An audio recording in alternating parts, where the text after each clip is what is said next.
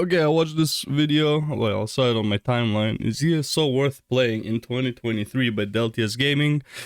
And honestly, I am getting pretty bored of WoW, because it's just a Mythic Plus grind, but honestly, it's not even a Mythic Plus grind, it's a Shadow Moon Valley grind, Shadow Moon Burial Grounds grind, until you get a Shadow Moon Burial Ground, so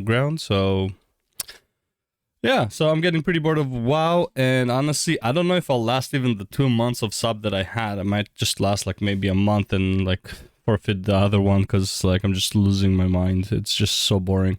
Either way, so we watched this. Is ESO worth playing in 2023 by Deltia's Gaming? We watched one of his videos yesterday about the combat update, and honestly, if they actually go ahead and do the combat changes that they said, like reduce the global cooldown, make it a bit smoother to switch weapons, stuff like that, and like be more accessible to more players rather than just the top tier, I think the game would be in a really good spot. And please fix the server issues. But yeah, let's give this bad boy a watch. So you heard about the Elder Scrolls Online MMO from a friend. Maybe you're a former player who left the game or thinking about trying out the game. Either way, you're wondering now, is ESO worth playing in 2023? Welcome back, gang. It's Deltia from DeltiasGaming.com. I've been playing ESO since launch with over 50 in-game characters across all servers with thousands of hours in the game. With all this experience and knowledge, I'm going to give you an honest opinion on whether ESO is worth starting or coming back. The only thing I don't like about ESO is leveling up the mount on multiple characters. I feel like that should be account bound, like the bank is account bound and all that stuff. I feel like the mount should be account bound. There's absolutely no reason for me to spend 180 days leveling up the mount. But that being said, I know they are selling it in the crown shop, which is a good moneymaker for them, for people making alts. But I feel like it's kind of like a shitty design overall, because now what I have to do is whenever I make a character, I make like 4 characters, right? And I log in every day to each character to level up the mount a bit. And within half a year, basically, you get 3 other characters that have the mount as well, right? So like, back to in the new year. For those of you that might not be familiar, ESO is set in the world of Tamriel. Or at the same time, make it so horse levels don't work, like it doesn't matter in Cyrodiil. That's really the, like, if it's like just for the PvE stuff, then whatever. But in Cyrodiil, in my opinion, like having a maxed out horse is extremely important in Cyrodiil. Right? So it's like you can't just make an alt and jump into Cyrodiil at level 10 with a shitty horse. Like it's just, you're just gonna keep dying and shit, and like the map is so big, open, it's kind of like an open world, very big map, and it's like on a slow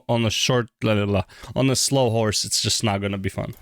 Tamriel, with the events of the game occurring 1,000 years before those in Elder Scrolls V Skyrim. First launched in 2014, the game will celebrate its 9th anniversary in the spring. Each year, the game has seen a steady increase in expansions and updated content, meaning that both brand new and returning players will have plenty to do in-game. But does quantity mean quality? Let's take a look. Before we go over the rest of the video, I want to shout out our sponsor for the day, WD Black. They sent me 2 cool products to try out, which will give you a lot more storage space, whether you're on a console like a PlayStation or in general, and you need a lot more storage space, you needed something portable and mobile like I do. You can see here my PlayStation 5. I play with my son. We play some Destiny, Elder Scrolls Online, and pretty soon to be Hogwarts, and you're always running out of space. This aims to solve a quick, easy solution, so let's install it and see how it goes.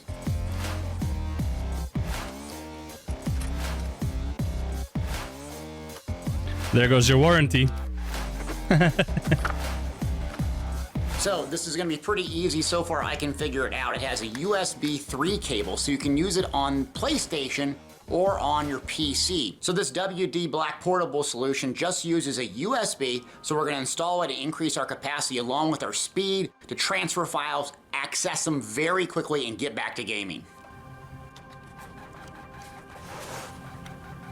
All right, we're at the PlayStation 5. All I did was format my hard drive, and now I have almost an extra terabyte of space. And the best thing about this one is you can use it on laptops as well, sort of PC. So it's portable. You can take it, unplug it, go into a different system, bang, the files are Yeah. ready for you to access. Think about WD Black. Link in the description below if you want to purchase this product. It helps me out, it helps you. So you can I don't know if WD Black is the best company or whatever. I do have a WD Black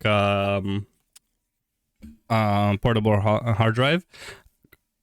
It's pretty fast and all that stuff, so I do like them. I do not know if they're like the best value for your money, but I don't feel like they were that expensive either.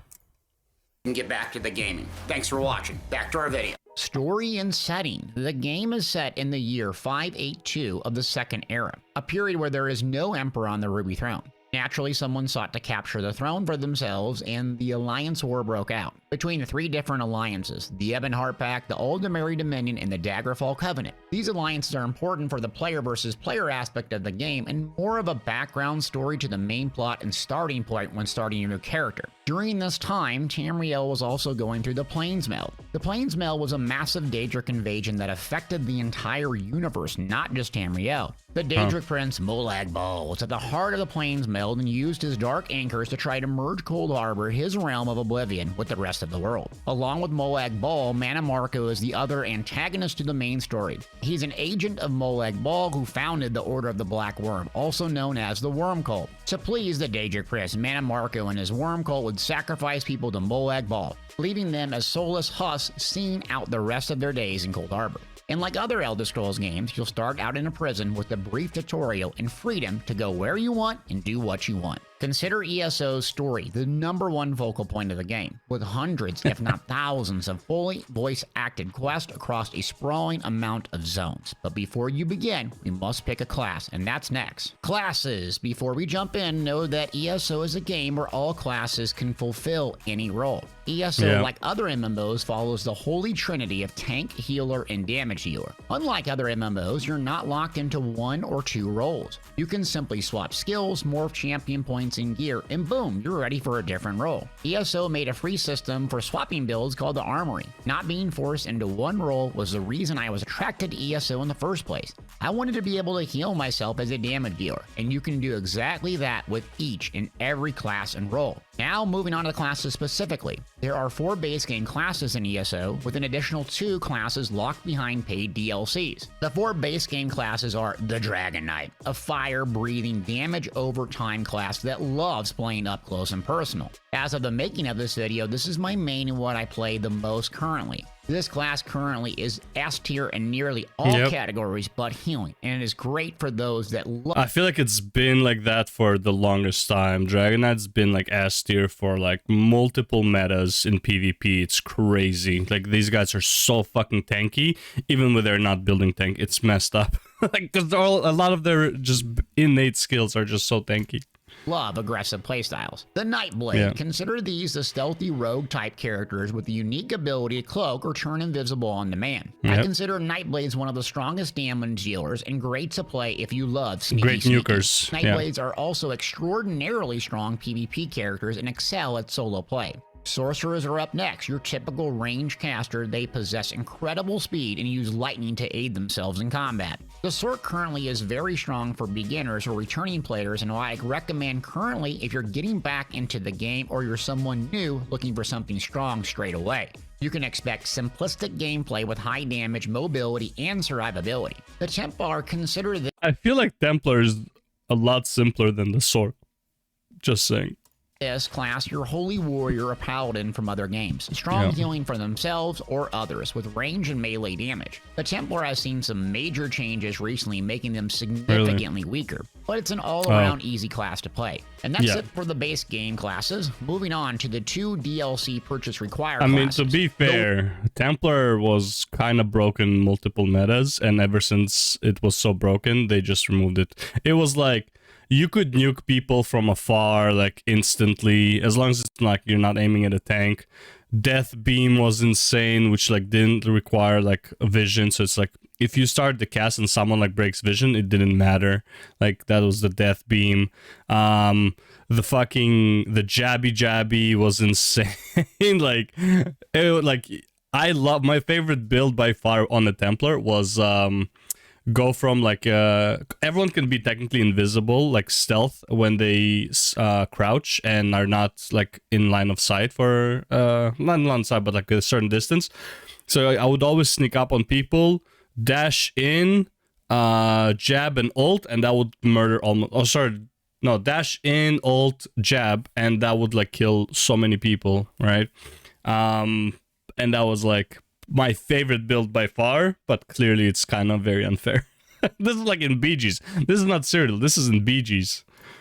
Warden, consider this a gassed up version of the Templar. Better healing, utility, and damage. You'll use the power of nature, including pets and ice, to aid you in combat. Wardens are extremely strong and can be argued the best class overall in the Elder Scrolls Online. Really? The Necromancer is up next. Haven't played Warden yet. Corpses to aid them in battle, creating a I have a Warden with like a max horse, but he's level 3. Same with like a Necromancer. I think I have it level 12 with a maxed out horse. I have every class maxed out horse regardless, because as I said before, you just make the alts, never play them, but you keep logging on to do the horse stuff.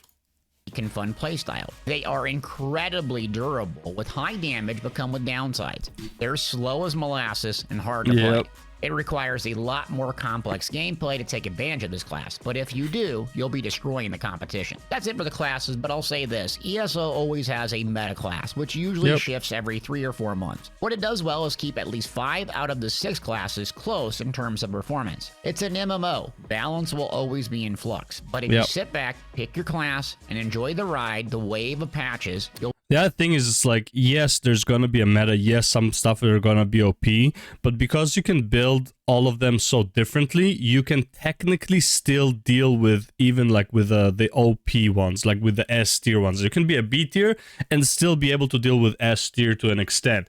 In WoW, no, if something is OP, it's fucking OP. Like, you're not dealing with that shit. If you're a paladin and you're weak against mages, you are weak against mages, like, you're not gonna beat them. Right now, it's like warlocks, right? It's like, your paladin just cannot beat a warlock, right? A Destro warlock, I believe that was.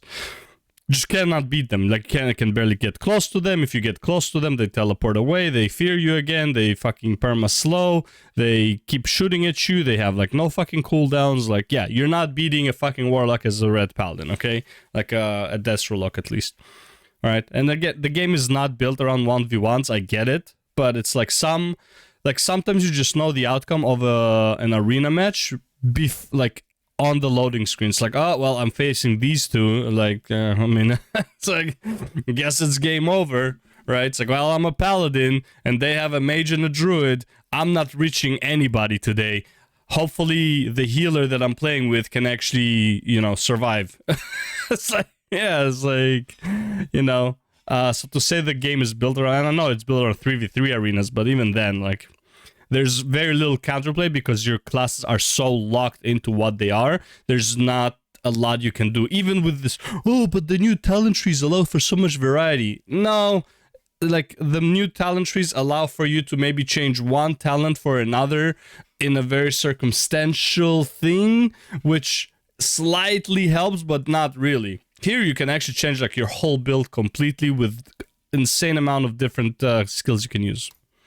They'll be somewhat on an even playing field. As far as a new class, we don't know if that's coming in 2023. We've received an update from studio director Matt Firer foreshadowing what could come, one of the most requested features in the Elder Scrolls. Could this be a class or a skill line? As of the making of this video, we don't know, but stay tuned to this channel if you want to find out. Moving on to what I love most about the game, and that's the combat. The combat in the Elder Scrolls Online is quite different from the traditional World of Warcraft tab target games. Yep. In this game, you'll have a 1-second global cooldown on abilities rather than 1.5 like traditional games, making ability usage much quicker. This game also gives you 2 bars which you can swap back and forth freely. Each has 5 abilities and ultimate, or a super ability which has a high impact on the battlefield and needs to be used timely. You'll be rotating back and forth from front bar to back bar, casting abilities, managing your resources, and maintaining focus on your movement. Speaking of movement, that's where the game combat really shines, combining the best of action-oriented games. You'll have blocking, dodging, sprinting, bashing, machine, all consuming your stamina, while you'll have abilities that cost stamina or magic, and sometimes both. Unlike WoW or other tap target games, this game becomes much more about managing your resources than purely looking at cooldowns. Sure, you'll have to do that too, but in 2022, ESO saw a massive shift in combat. Most of the high-powered damage over time or heal over time abilities were changed from 10 seconds to 20 seconds, making it much easier to manage a decent rotation. Moreover, ZeniMax Online Studios lowered the overall damage. He probably means the aura. Like, so for example, you put a buff on yourself, like a hot, the auras and stuff like that, they used to only last for like a certain amount of time. If you double the amount of time, then you don't have to think about them as much. Because before it was like you have an aura, and again, I'm not a pro. I'm pretty much a noob at ESO, but I saw the builds that I had to play, and it was like I switched to this weapon and has these skills, which are like the buff skills. So you put all the buffs on you, then you switch the weapon, engage, do a quick rotation, switch back to your other weapon, put the buffs again, switch back, and then attack. It was really fucking annoying to do that for sure. So I am happy that it's gonna last longer, so you can actually do more damage rotations rather than just like half rebuff, half combo. Damage of light attacks. Light attack weaving has been in the game since day one. It is complex for new players or returning players to understand. The basic premise is this. You have two separate global cooldowns, light attack and abilities, both on 1 second timers. The closer you compare these together, like a heartbeat, the light attack ability, the more damage you do. Since light attacking in between abilities is essentially free, since there's two global cooldowns, your damage will skyrocket, weaving in light attacks, making the combat... And also light attacks can proc certain things for you as well, so you have a double chance to proc. Like if an ability has a chance to proc and the weapon has a chance to proc, you basically have more chances to proc something. Extraordinarily fun and nearly impossible to manage. By proc, I mean, like, for example, there's this helmet. It's a 2-set piece, like a helmet and a shoulder. And when you deal damage, there's a chance that like a meteor will fall on the enemy for like substantial damage, right? So it's like you're going to have double the chance now to proc it. 2023, you'll see a reduction in the need to light attack, plus much easier rotation and simplistic gameplay. Moreover, the High Isles chapter introduced a new mythic one-piece item, Oakensoul, locking you into only one bar, but giving you a huge boost in survivability and damage. With this ring comes easier gameplay, which can compete with 2-bar builds, making the game much more accessible, though it requires the chapter High Isles purchase. Wrapping up combat, consider PvE more about managing cooldowns and damage over time and healing over time abilities, maintaining high uptimes on buffs to optimize your damage. I don't know how many crowns I have left. While PvP becomes much more about instincts and reacting quickly. ESO, in my opinion, blends the best of traditional MMOs with action-oriented game combat. It's one of the reasons I've played since launch and continue to do so. Next up, we have... Yeah, I love the potential ESO has, but again, if the combat feels clunky, and honestly, if they made it so it's easier to like not rebuff yourself and attack and you can rebuff yourself, I think 30 seconds would be even better, to be honest. Because like the less rebuffing I do, the more combat I do, and I feel that's so much more fun. And the other thing is, like, if they fix the server issues, it's a good game. My biggest problem with the game was always like a random 900 ping. It was just unbearable. Leveling, one of my favorite activities in ESO. ESO leveling goes from 1 to 50, then a complex and clunky progression system called champion points. The real reason ESO leveling is so fun is because every second you're dripping with progression. You reach new levels at lightning speed with rewards at each level, giving you incentive to keep going. Pretty nice, obtaining new skills, morphing those skills, and playing around with your build to feel the power increase quickly. Another advantage of this game's leveling is it really does follow a traditional Elder Scrolls game. Do an hour tutorial and then explore the game. Within a couple hours, you can hit level 10 and immediately start doing group PvE and PvP content. You can explore and quest, grind zombies, PvE in battlegrounds, or farm dungeons. It's really however you want to do it, and all the tracks are simple and easy to understand. Overland or zones are the main source of most new players' leveling experience. Each zone contains world bosses, mini quests, dolmens, delves, collectibles like Sky Shard and Lorebook, and good old Mundus stones like any other Elder Scrolls game. There's simply a lot, and the average or new player can feel overwhelmed when tackling. And if you really want to level fast, you just go to like, because the whole world scales, you go to a grind spot and just grind to 50, and it's like you can get to like max level extremely fast. each and every zone. While ESO doesn't have the Skyrim golden trail holding your hand telling you where to go, it has improved by adding a zone guide which can show you various activities to complete per zone. Between the story, learning about the skills, collecting sky shards, earning achievements, leveling in ESO will have you dripping with dopamine, and the game will be very hard to put down.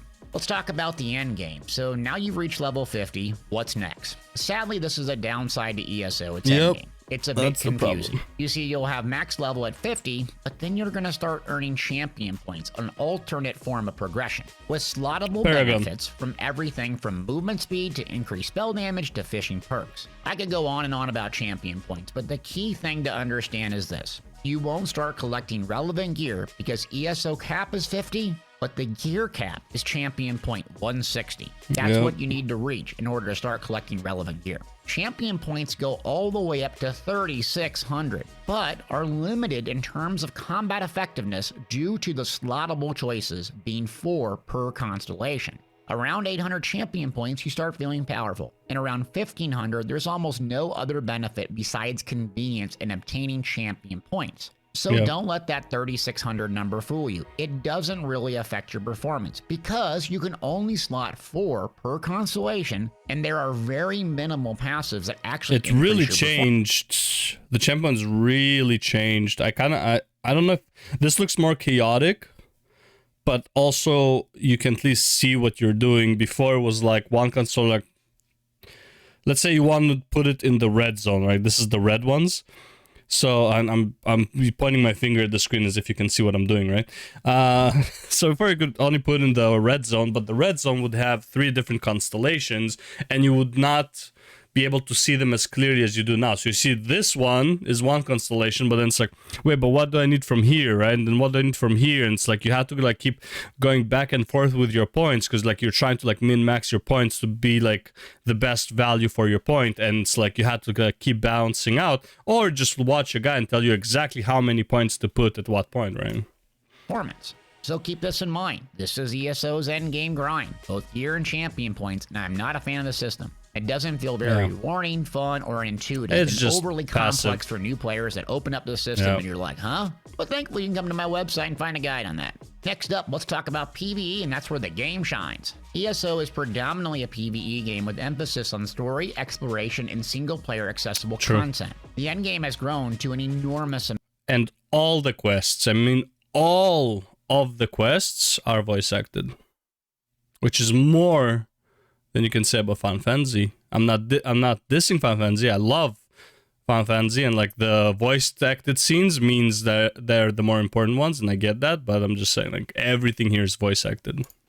Amount of group activities that will keep players busy for years. Here's a brief rundown of the type of PvE and what to expect. Overland. Consider Overland massive in the Elder Scrolls Online, which seems like countless zones to explore, quests, delves, world events, and more. This is where the majority of ESO's development time has been spent over the years, and if you love traditional Elder Scrolls games, exploring the map, getting lost in the story, this will be for you. Moreover, the base game, without any expansions or DLC, has enough story and content for years, let alone the DLC content. There's a downside with Overland content. It's very easy to complete.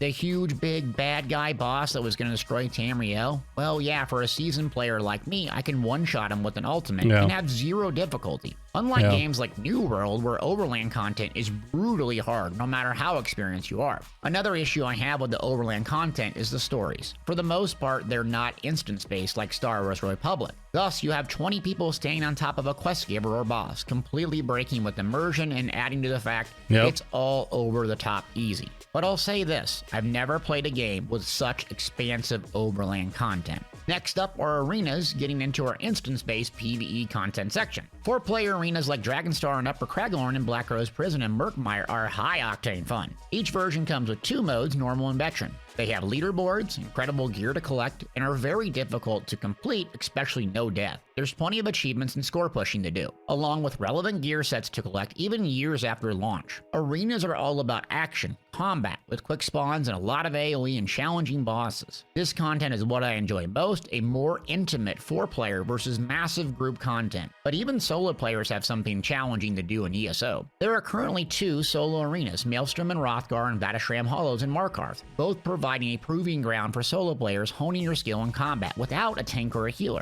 Solo arenas too come in two versions, normal and veteran. Just like 4-player arenas, there are tons of great gear, achievements, and the ability to improve one's combat. Sure, you can memorize the bosses and mechanics, but sometimes you just have to react and adjust on the fly, making it a joy to repeat the content over and over and over. Dungeons are up next, 4-player instance-based, and the bread and butter PvE content in ESO with over I feel arenas is probably the best content you can get in MMO in terms of like, it's literally like, you know how people love Mage Tower from Legion and honestly in Shadowlands? People love that shit and solo challenges, right? They just want to prove themselves better than other players without relying on other players, right? It's like getting Keystone Master doesn't prove necessarily that you are better than other players. It means your group was better than other people's groups, right? Like it's that kind of feeling. It's like you can get carried, like all that stuff. Like, yeah, and again, if you have like a 3000 score, good for you. You wasted your life for nothing. And it's great that you have a 3000 score. That just means you're tenacious. It still really depends on your group regardless, right? Because you're only a fifth of the effort. So even if like you're not, like you don't have to be a fantastic player to do to get to 3000 IO. You just need to have a fantastic group, right? I love solo challenges in MMOs, and especially there's leaderboards, so you can really like, you know, I'm big dick, okay? I'm better than you guys, and I feel like that's very important in MMOs, and I feel like a lot of MMOs don't have that feeling anymore, all right? It's like a lot of people who even get like high rating in PvP, it's like, well, you're playing the meta. Right, it's like there's always this like, well, you're doing this, well, you're doing this, well, you're doing this, right? It's like there's always like this kind of like excuse in the back of your head. It's like, I'm not saying like the people who are like top of PvP, like top 100, are not good players. They're great. However, there's a reason like why top 100 players are also not anywhere near to winning the arena championship, whatever it's called. Warcraft Arena Championship thing, right? And the people who are winning it are not, or they are in top 100, but they're not like the top of the top. They're just really good teams and they can adjust on the fly and make different metas. People who get to like top of the PvP, usually they play the same comp, the same meta, and like, you know, the comp of the meta, and they don't change. Whereas like people who are like really good PvP, or like win championships like that, they have multiple characters to play and they have multiple teams that they're team comps that they're using, right? There's a big difference. Either way, as far as like, I'm straying off the point, like, but either way, I love solo challenges in MMORPGs that you can prove to others that you are actually a good player. I feel like that's very important to have. 45 and counting. You can expect at least 2 new dungeons per year. Dungeons now have 3 modes, normal, veteran, and hard mode. This means the average player that's new to the game and may not have very much skill can access the content, complete it, and collect some gear. While the try-hard PvEer has endless things to do, including better gear drops, titles, and dies. The big downside to ESO dungeons is you have zero idea which ones are hard and which ones are not. ESO does not have a gear score, so you end up with a somewhat alphabetized interface, group finder, with no real indication on. What I love about the veteran modes, if I'm not mistaken, it was veteran that basically, I'm not remember, like look at this, for example. There's like, for example, Final Grotto 1, Final Grotto 2. I believe they're 2 separate maps. However, the regular version versus the veteran version, so it's like you have Final Grotto that is not veteran, and you finish that. And the veteran is actually the aftermath of what happened after you did that dungeon. So like the bosses are hard and stuff like that, but they're also very different bosses, right? As if like the story of the dungeon advanced to a more futuristic point in time compared to when you were there last time. I don't remember if it's the difference between Final Grotto 1 and Final Grotto 2, or if it's the difference in normal and veteran. I believe it's the difference in normal and veteran though, and it's really, really cool. Somewhat alphabetized interface, group finder, with no real indication on which ones are challenging or not. The dungeon matchmaking system also has several long-lasting bugs, making getting a group obnoxiously difficult. Lastly, it feels like 99% of the player base plays DPS, so expect a 1-hour wait time as a DPS in a random dungeon queue, unless you have a pre-made group. However, once you start running the... That's why I always play tank and healer.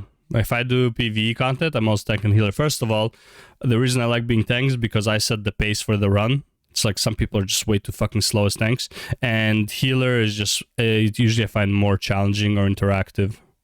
Being a healer in ESO especially is really, really fun compared to like any other healer that I've played in any other game. The dungeons, it'll be a rush and invigorating to start trying to complete the trifecta runs, no death, speed, and hard mode. Lastly, we have trials, which are 12-player large-scale PvE content. Most of your best in slot gear comes from trials, along with best collectibles for completing the hardest content in the game. The downside to trials is there's no group finder, and I find ESO a very solo-friendly game with a crowd that, well, mainly plays solo. Thus, trials guilds come and go like the wind and can be difficult to find for the average or new player. Setting that aside, they are amazing with over 10, and the latest being Dread. You can always join a guild, and like you can join 5 guilds, so you can have 5 guilds that are all dedicated for trials. Usually you join 1 guild for trading, 1 guild for whatever PvP, and then 3 guilds for PvE, something like that. I found that to be the best balance. But yeah, there's no group finder or anything like that, and which is like what for some reason people are saying is you know, in WoW, they're like, oh, everything that is queuable is really bad. It's like easy content. It's like, well, you can make queuable content hard. No one told you that queuable content can be hard. Just put a certain requirement on the queue and you're good. So read from the Heil chapter. One thing the game has done very well in recent years is making the normal mode very easy and accessible. Most players are fearful they cannot do trials, but on normal mode, with a competent tank and a couple high damage dealers, nearly all of them can be done pretty easily. And that's the thing. This is why I don't need, like, you do not need LFR, normal, heroic, mythic difficulty. You need normal mode, which is story mode, which is basically LFR, like slightly harder, right? Like normal shouldn't be as hard as it is. LFR shouldn't be as easy as it is. So you have normal mode, which is like accessible, and it's story mode, and it's fine because also the gear from normal is usually not that high item level. Like you can beat that item level extremely fast, just mythic pluses right now. Then heroic is like the actual, like the challenge, right? And that should be enough. However, if you really want to go the normal heroic mythic route, in my opinion, gear should top out at heroic. Mythic is only cosmetics. And I feel like that will reduce massively the item level bloat, the difference between somebody who's doing regular content and to someone who's doing like top end content. Mythic plus doesn't have to be up to plus 20 for gear. It can be up to plus 10 for gear. Okay. And then everything after that, they can just focus on cosmetics. Also, it will reduce, it's not even, this might sound bad because like you want replayability, but this will reduce replayability in the sense of grinding the same shit for gear. Right now, in order for me to play my alts, first of all, I have a goal. I want to reach the plus 20s on my main, then plus 20 on my alt, then start the other alts, and I also want to reach plus 20s. But because of how gear distribution is shit in WoW, and because fucking there's plus 20s to go, and the mythic pluses are completely unbalanced, Shadow Moon being like a fucking joke versus like Ruby Life Pools, and even Academy to an extent being extremely hard in comparison, right? Academy in my opinion is not a hard dungeon, but, you know, compared to Shadow Moon Valley, it's fucking mythic versus normal, okay? So it's like the balance between the mythic pluses is shit, right? There's so many problems with like having the plus 20s that's like the gap between the dungeons also increases, right? If you do a Shadow Moon Burial Ground at Mythic 0 and you do any other Mythic 0, you're like, it's not that big of a difference. They're both about as easy or as difficult, right? But as you increase the mythic pluses, the gap in the difficulty also increases. So like, you know, let's say there's a 5% difference between 5% difference in Ruby Life Pools and Shadow Moon Burial Ground. By the time you reach the 20, there's like a 500% difference in difficulty, you know? I'm just throwing numbers out of my ass. I'm giving like an example, right? But yeah, but that's like how it feels. It's like, why would I even bother doing a plus 20 on anything that is not Burial Ground, right? At some point, you don't need the gear. It's like, why would I even bother? Downside of trials is there's no trial finder, making it an exclusive group of PvE crowd unlikely to let someone new in. Moreover, the group can't scale downwards to, let's say, 6 players instead of 12. So sometimes finding the group and assembling it takes more time than running the trial. Lastly, the big downside of Trials is it's a DPS race versus all-out mechanic-based PvE. In Destiny 2, another game I played, the raids, or their version of Trials, require everyone to know what's going on. Yeah, the raids here in are ESO, pain if in you the have a ass. mind-boggling amount of group DPS, you can skip nearly all of the mechanics and just burn the boss. Mainly the tank and the healer need to know what to do, and all the DPS just stay out of red and parse down the boss. But if you like large-scale PvE, ESO hasn't, and it's made leaps of improvements in terms of accessibility and getting access, and there's still work to be done. Companions are up next. Keep in mind, ESO released companions in 2021. I don't know much about companions. They've expanded to 4 companions currently, which are a moderate help in combat and more of a passive battle buddy than anything else. I'm not going to go into detail with companions, but I have builds and guides on my website. I consider companions in ESO much weaker than other games like Fallout, Skyrim, or Star Wars Republic.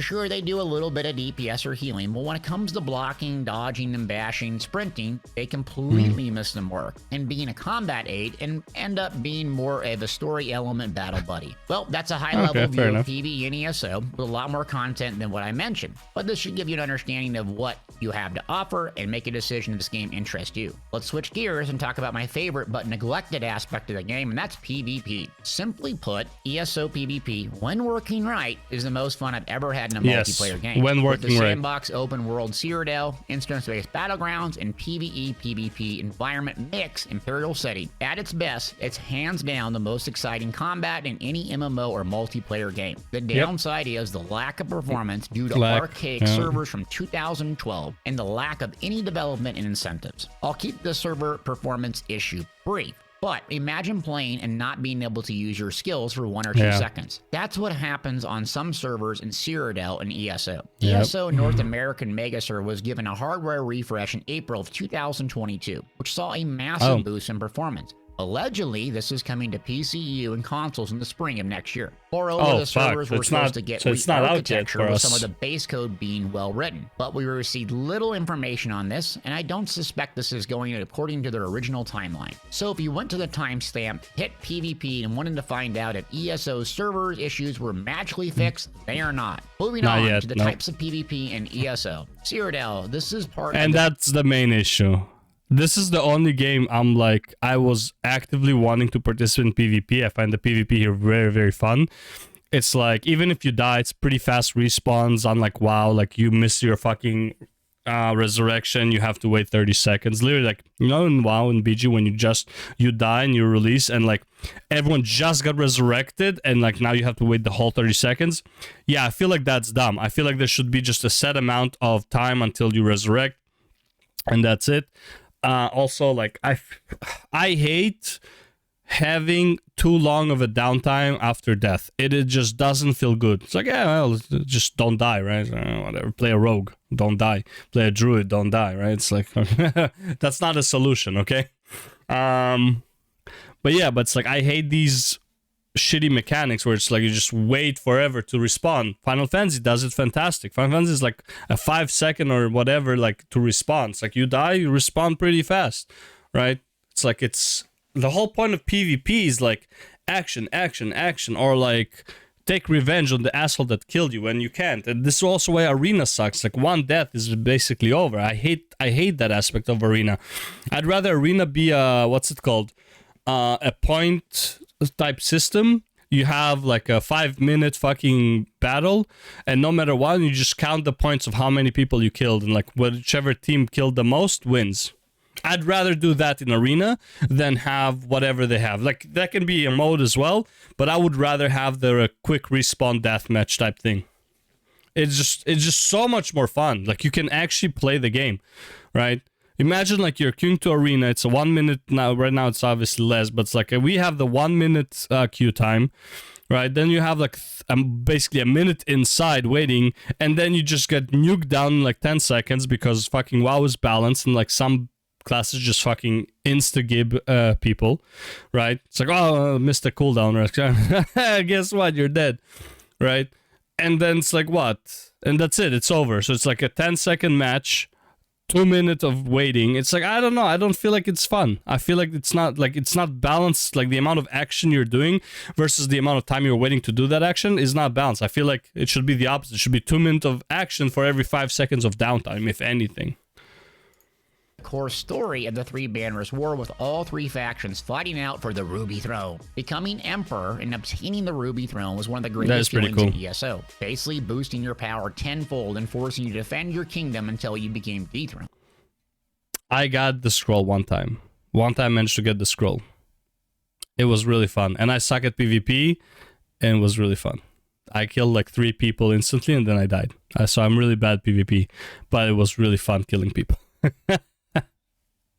Cyrodiil is entirely objective-based with 24/7, 360 fight for territory, objective, and kills. Battlegrounds are smaller instance-based fights, which pits 3 teams of 4 against each other in various game modes. This typically runs way smoother than Cyrodiil and can be a great way to have fun and test your build against others. However, at a high level of matchmaking, the population can start getting really thin. You'll likely find... You also, like, yeah, you can, because of this, I think they made like a fix where it's like you can just face anybody, and then you get like you're in a shitty team versus people who are just like insanely better than you. They're just 0 deaths. I had a game literally... See this score point? I don't remember which one it is. I think this is just based on death. We had a game where a team went like full, like they completed the bar, I think it's 1600, versus 10-0, something like that. Like they were just annihilating everyone. No one even got a chance. It was so fucked up. Find yourself fighting with or against the exact same people over and over. Moreover, there's almost 0 incentive to play Battlegrounds repeatedly. PvE, and specifically the card game Tales of Tribute, has much more incentive than Battlegrounds, and this feature has almost seen 0 support since launch, and it's a big disappointment. Imperial City is another zone that offers an interesting blend of PvE and PvP, with a combination of daily quests, overland bosses which drop valuable monster helms, and the unique currency earned called Telvar, not to mention an awesome fight in the center with Molag Ball if you can make it there. Lag is rarely seen in this zone, though it's possible that's simply because the population inside is usually very small. The exception to this is a twice-a-year PvP Mayhem event, which offers increased experience points, alliance points, and other rewards. This brings a temporary surge of players into the city, and the group fights can be a blast. But outside... Which is... It's kind of fun. It's like people are just doing the most effective thing. That means the balance between effective content is just not there, right? That's the only thing. So it's like it's not like people are not playing certain things for fun. They're playing it for the reward, right? And it's like, wait, listen, in this event, Cyrodiil City is just way more rewarding than anything else. I don't have to find a massive group for Cyrodiil itself. I don't have to queue it to BG and like hopefully I get the good team. I'll just go there and like there's a bunch of people, and because there's a lot more rewards, even if you know. Even if you don't do too well, it's still worth it more, like time investment, you know? Outside of the 2 event period, it's usually a dead wasteland of Ganker Nightblades waiting in the shadows to one-shot new players. Moving on to the controversial card game Tales of Tributes. Tales of Tribute is a card game deck builder that was added in 2022 and is highly controversial because some people didn't think it was needed in the game, and especially me, I didn't see it coming. Some players absolutely love it, and with incredible incentives, it slaps Cyrodiil, Battlegrounds, and Imperial City right in the face. This has been the main focus of ZOS PvP, if you'd like to call it that. Look, I'm an avid Pokemon and Magic the Gathering player, and what makes those games fun for me are the characters, the monster, the strategy. And if you play online, the animations add a lot of excitement and big plays. Think of Tales of Tribute as the exact opposite. Very slow-paced deck builder which doesn't include much fighting and nearly 0 animation. Nothing against those that designed it, but the system is overly complex, 0 flash, and I haven't touched it since the PTS, nor do I plan on. Let me be 100% honest and blunt with you. If you're looking for a predominant PvP MMO game, I would not recommend Elder Scrolls Online. World of Warcraft would be a good choice if you're looking for some serious competition. New World is a great choice if I would not recommend World of Warcraft for PvP. The learning curve is way too high. It's very meta-based, and most times you don't understand what the fuck is going on. There's too many skills. CC is fucking broken. You can be CC'd for like 30 seconds. You can only break CC once every like a minute and a half or 2, whatever the trinket is now. I think it's 2 minutes. It's just... WoW PvP is the worst it's been in since forever because they just keep adding skills but don't add ways to remove the CC. In my opinion, trinket should be a 1 minute cooldown at least. The trinket that instantly removes CC that is over a certain amount of seconds, that one should be like 30 seconds. in my opinion.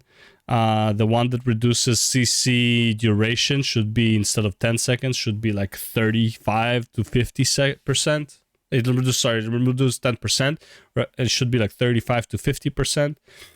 There should be more ways to deal with CC. The game is extremely not fun because a lot of times you just don't get to play it. Right? I'm not even talking about the Warlock perma slow curse, like the dumbest fucking design Blizzard has ever made. If you're looking for big, massive overland fights. And again, if you like it, that's fine. I'm not like against it. Like, yeah, you like it, you like it. I personally hate it because I can't play the fucking game as a red paladin. I can't reach my target. I can't fucking move half the time. By the time I reach my target, I can't move again. It's just not fucking fun. And it's like, and my whole rotation is like, well, I reached the target. I better fucking burst now because I won't get another fucking chance this whole fucking arena. Okay? BGs are a different beast. BGs, in my opinion, are more fine as a whole. I still think the CC is a problem, but as a whole I think BGs are more fine because it's not as you might find somebody without his CCs, they might find you without your CCs. It's a lot more unbalanced in the sense it's like, it's not like an even match to begin with. Sometimes it is, but a lot of times in the BG it's fucking mayhem, and that is the purpose, I think, of a BG, to be mayhem and just fight and respawn, take revenge and whatever, as well as like do the objective, obviously, right? I feel like the BGs should be more chaotic. I feel like the respawn timer in BGs should be a lot less because you want the chaos, but on that I feel like BGs are fine. Arenas would be a relative choice if you're looking for something similar to ESO. The lack of server fixes, overpromise, and underdelivering in the aspect of PvP remains one of the reasons many players have left the game. I imagine. True, but also Guild Wars 2 leveling. Well, maybe now it's not the case. When I was playing Guild Wars 2, leveling to max was a pain in the ass. Of course, you can get your max character from, like, you know, I think it's like level 15, you can start doing PvP and your character is technically maxed out at that point. But also you're not really learning your character. You just have like, you kind of get overwhelmed when you jump from 15 to 80. You get really fucking overwhelmed with your kit. And it's also not that great of a feeling. I feel like leveling should be faster so you can actually level up and like learn your class as you level up. But there's no reason for a level to take so long. It's like, okay, I know what this ability does by now. I don't need another 2 hours of leveling for my next ability and my next combinations, you know? Imagine the ship has sailed on ESO adding any more PvP features, but I hope rewind this back and look someday at how wrong I was. Moving on to another controversial topic, and that's the monetization of the game. ESO is a buy-to-play game with a cheap base cost of around $20, though you can get it much cheaper on sale. Then you'll have the option of a monthly sub right around $15. This nets you a ton of perks with crafting bags, holding an endless amount of materials, more. Honestly, out of all the games, I like Elder Scrolls monetization by far the most. By far. Or XP and so on. But the main benefit is all the DLC content that you would normally have to buy with crowns, the in-game currency. But we aren't done yet. In addition to base game cost, a sub, you'll likely have to spend around $30 to $60 for the latest expansion, or ESO calls them chapters. And you can see this game starts to become a money pit. Speaking. Not really. Okay, this is what he's not mentioning. Maybe he'll mention it later, but not really. With your monthly sub, you are getting crowns. You get 1,500 crowns, which is basically $15 anyways. That's your sub. Now, when a new chapter comes out, a new DLC or whatever, you cannot buy with crowns. However, when a new one comes out, the previous one that was like the second newest, you can buy it at that point with crowns. So in that case, you never have to pay more than the sub for anything. You're just gonna receive it like a year or two later. Speaking of money pits, let's talk about the over-monetization of the game. This has been a major point of concern. And also, chapters become DLCs later on. So it's like a chapter release. Let's say it like this, okay? Let's say Shadowlands released. You didn't want to buy Shadowlands. And by the way, the game doesn't force you to do the new content. It usually, like... It adds new skills and a story and all that stuff, but it's like there's no rush to do it because, again, the item level doesn't increase. It doesn't really matter if you do it right away or not. So what you can do, let's say, let's put it like this. If you stayed in BFA and didn't get Shadowlands, first of all, you would have no one to play with. Okay, so that's a problem. You have to buy Shadowlands to play with others. However, let's say you didn't buy Shadowlands and Dragonflight came out. Now, with in-game currency, you could buy Shadowlands. Does that make sense? Something you like, get currencies that you would get with your sub anyways, right? Imagine like the WoW sub, you would also get some tokens throughout the time, and like to buy an expansion, you would need to use those tokens. That's pretty much how it is, right? And in my opinion, that is way better. Now, you can just outright buy the game. Sure, the DLC, I think... Look, Final Fantasy does the same thing. Expansion comes out, expansion has a cost, but you still have the sub. ESO, technically, you don't need the sub. Unless you're like a crafter and all that stuff, then yeah, for sure. But other than that, you don't really need the sub. And also, you only need it for like a month. Let's say you have too much equipment and all of your alts are already full of equipment. You need to use the bank, and the bank is fucking full. You buy the sub, increases your bank amount. You throw everything in there. So you, let's say out of 1,000, you have 1,000 out of 1,000. But when you don't have the sub, you only have 300 slots. Those 700 extra slots are not going away. It's not like your items get deleted if you stop subbing to the game, right? So you can keep it 1,000 out of 300, fill up your alts again, and then after like a few months, pay for it again for the sub, increase your bank amount, dump it in there, and etc. And so you go, right? So you don't have to have a constant sub in ESO compared to other MMORPGs. I think Guild Wars 2 does the same thing, where you don't have... I don't even think Guild Wars 2 has a sub, but I think you might... there might be an optional sub as well. In the community. Unlike other games like Final Fantasy or World of Warcraft, there's very little earnable mounts and cosmetics in comparison to their cash shop and crown store. Even quest starters or event activities always... I don't care about mounts not being earnable in game. There are certain mounts that are, and some that you buy in game, and also if you have a sub, you can buy them with crowns. It's not that big of a deal. I personally don't care about it. Okay, imagine like this. Imagine you could buy all the mounts on this on the WoW store because you're paying a sub. Right, you're paying the sub, you're getting certain currency with the sub, and you can buy the mounts. Like, it's not that big of a deal. I personally don't care about this. And also, they basically only sell cosmetics. I think there's an XP boost, but it's like, you really don't need it. It's, really don't. A monetization of ESO, in my opinion, is the least predatory, aside from the loot boxes, obviously, but it's the least predatory amongst the other MMOs, like compared to WoW and Final Fantasy. Final Fantasy is way more predatory in its monetization than ESO. In my opinion, Final Fantasy is also not predatory. Start there. They want you to jump in, get your appetite wet, and go nuts and buy all the items. Specifically, the dreaded loot crates. These haven't been outlawed yet, so nearly every beautiful, cool map... Also, by the way, here, like you can see it. See this? The 5,000 crowns? You get 1,500 with your sub. So technically, if you've been sub for years, you should have a shit ton of crowns. If you have nothing to spend your crowns on, there you go.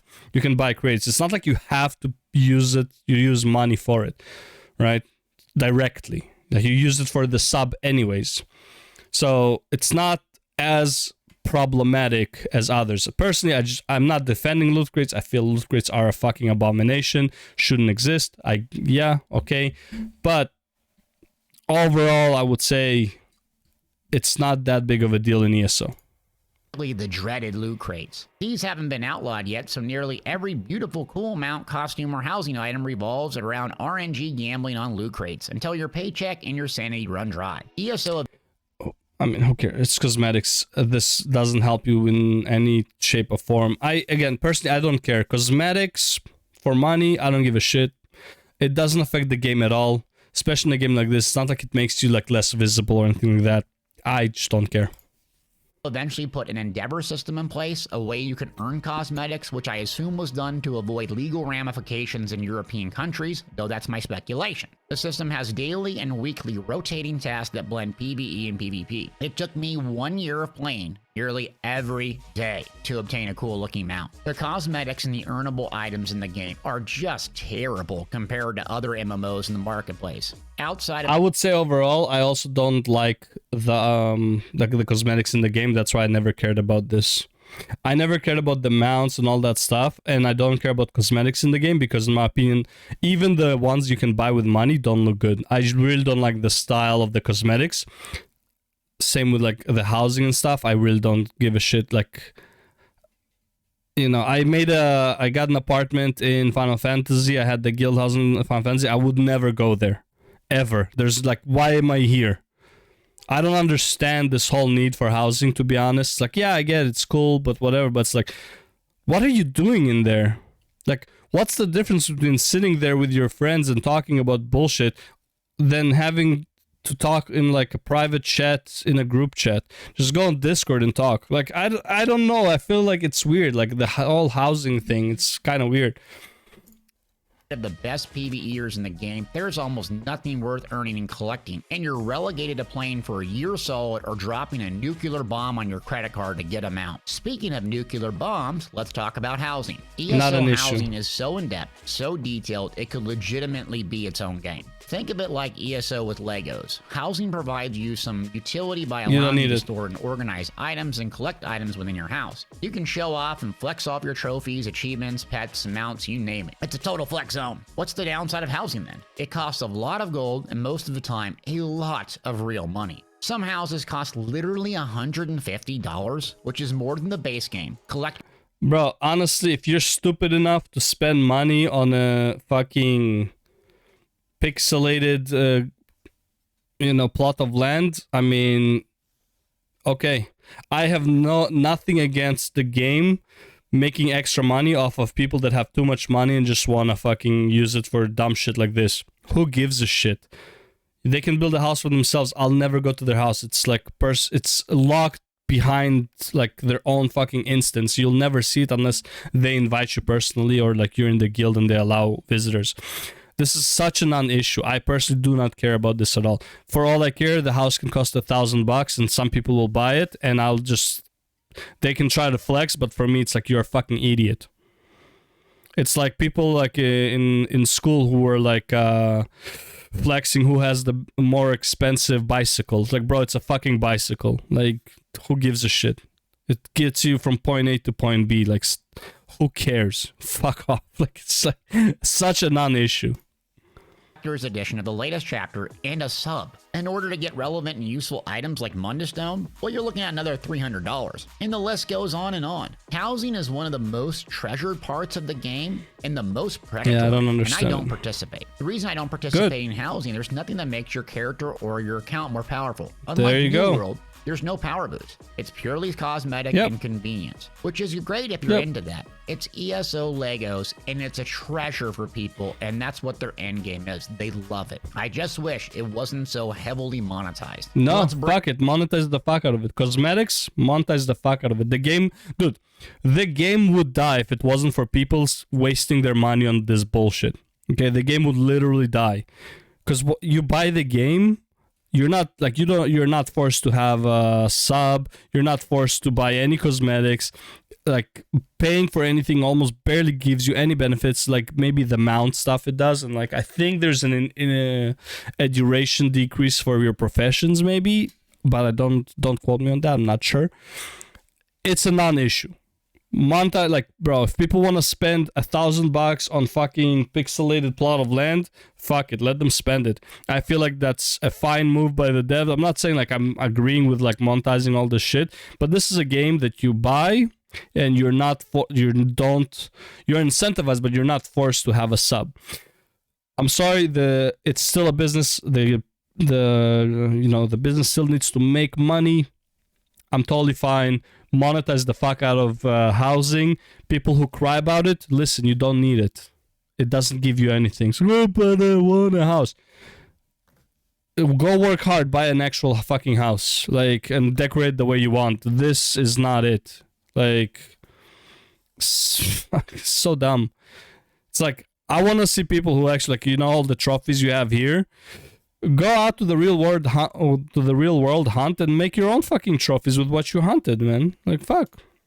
bring all of this information back together and answer this simple, original question. Is ESO worth playing in 2023? 1000%. It's my favorite MMO multiplayer game of all time, and I've been playing it on and off since beta, and I love it. I don't think ESO is perfect. One entire and popular aspect of the game, PvP, has been completely neglected and graded. Champion point in-game system misses the mark in progression entirely. The game has turned into a solo-friendly questing and exploration game, and that isn't all bad. I wish the ESO would shift their cosmetic model from loot crates to earnable activities. I wish PvP and the servers would eventually get attention across all servers, and I wish there would be a new class, but we will see what the rest of 2023 brings. I honestly think this game is worth trying if you're new or returning, just playing the base game. Look, I've always wanted to play Skyrim with friends, and now there's even an add-on for that. But every time I go back to Skyrim, it's just not ESO. My home for the Elder Scrolls, the combat, the memories, the friends. The she got fucking pummeled. Through all of its flaws, I still love the game. It's not perfect, but hey,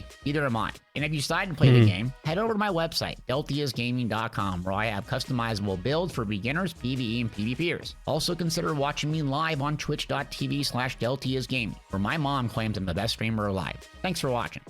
It's a good video. I like it. Yeah, I mean, look, I've been in my opinion, the monetization ESO is a complete non-issue.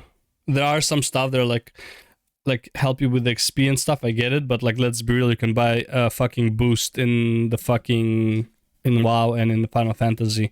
There's the other thing. This is probably the biggest thing that monetization really sucks in ESO, is that you can buy the skill shards that you collected. I forgot the name of them, but basically, like, in the world you have these skill shards that you collect. Every 3 gives you a skill point, and you only need to collect them on your main, and then you can buy them with crowns for your alt. But you have to buy them separately for each alt, right? So it's a lot. It's like 800 crowns here, 500 crowns there. I think it's like 150 per crystal.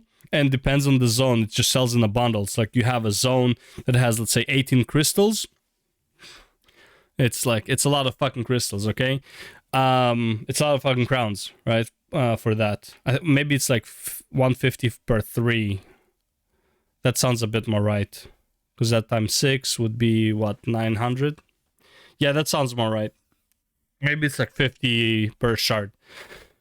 But yeah, but it's like, that's the only thing that I really hate about it. But honestly, most times you make alts, you don't need as many skills on them, in a sense, because you usually build them for one specific purpose, and it's also extremely easy to get the alts and to get the skills. The other thing is you can buy the skills for your alt. For example, if you want to max out your mage's skills right away, you can buy it as long as you max them out in your main, something like that. Like, there are catch-ups to the skill systems, which you can buy with crowns. Also kind of sucks, yeah. But still, I find that game to be a lot less money-hungry compared to WoW and Final Fantasy, where the fucking sub is a mandatory and the expansion costs $60+, you know, and the base game as well. Well, technically the base game in Final Fantasy doesn't cost anything anymore up until Heaven's Word. You know, try the free trial, award-winning, all that stuff.